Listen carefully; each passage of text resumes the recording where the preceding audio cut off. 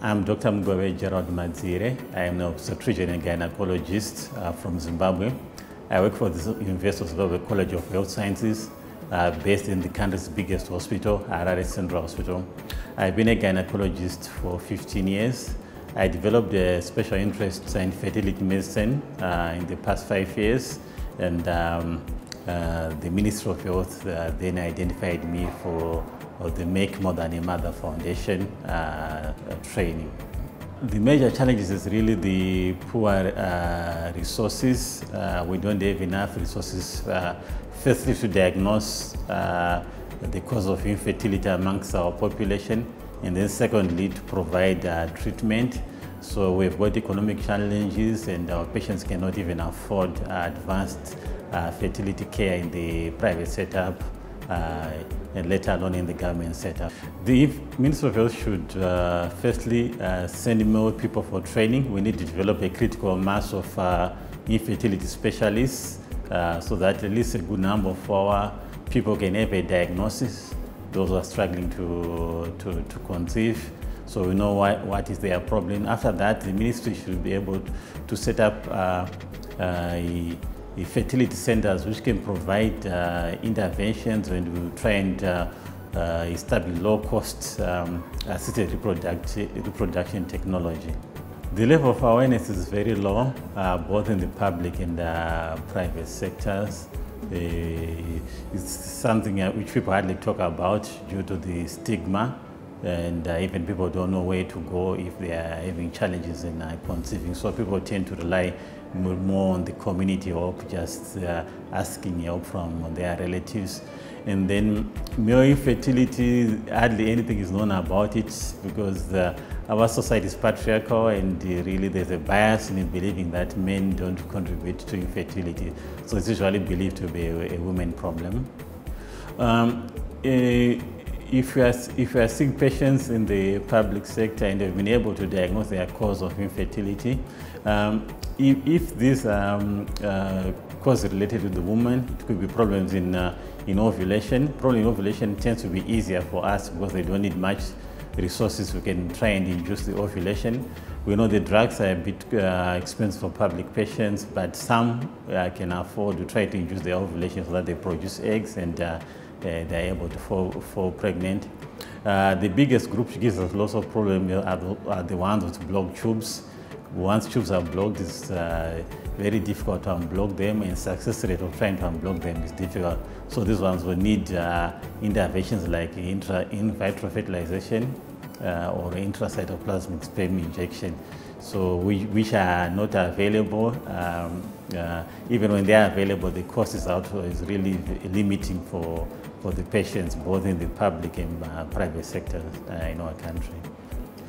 This is very important because it has equipped me with the essential basic knowledge and skills, which then acts as a foundation for me to even build up further and provide quality care.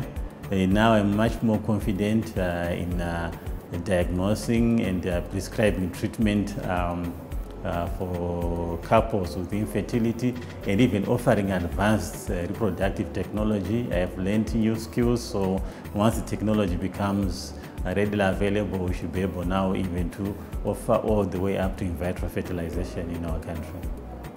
I have always had plans to set up a fertility clinic in our hospital under the university, since I'm a senior lecturer already. So this is now going to be much more possible because I have now much more knowledge, and I also have much more skill. So our government is supportive, so we are going to influence them, and in fact we are drawing plans so that they try and acquire the basic equipment, so we start offering assisted reproduction technology, and also invest in investigative procedures and the equipment. I also work with practitioners in the private sector to start a clinic running, so that we offer service again in the private sector.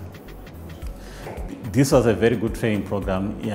Firstly, it starts mainly with simulator training, which then it gives you experience, firstly in diagnosing when you are doing the vaginal ultrasound scans, and then you learn to do the ovum pickups, you learn to do hysteroscopies.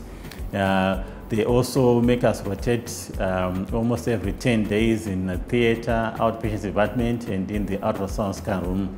And they give us hands-on experience, so we are also scanning.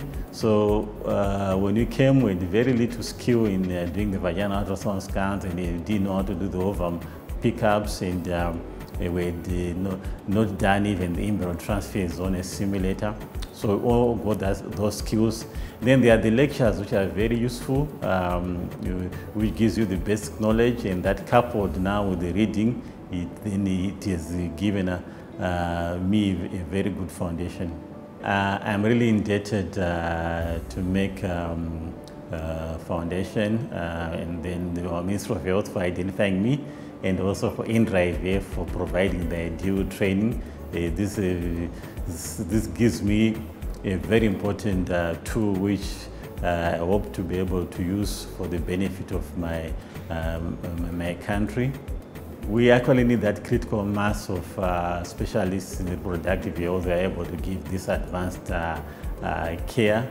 So if you still have few people with this skill, it doesn't help. So we need so many people, because there's a big burden, and it's only when you've got lots of people offering the service that's when we are able to provide reasonable coverage. There's lots of stigma. Respect comes through being a mother. So people who are not mothers, they get very little respect. And so infertile women are likely divorced, and they don't get much support. And it's also considered as a curse, so people always look down upon them. So these are women who really feel depressed with their situation. Zimbabwe.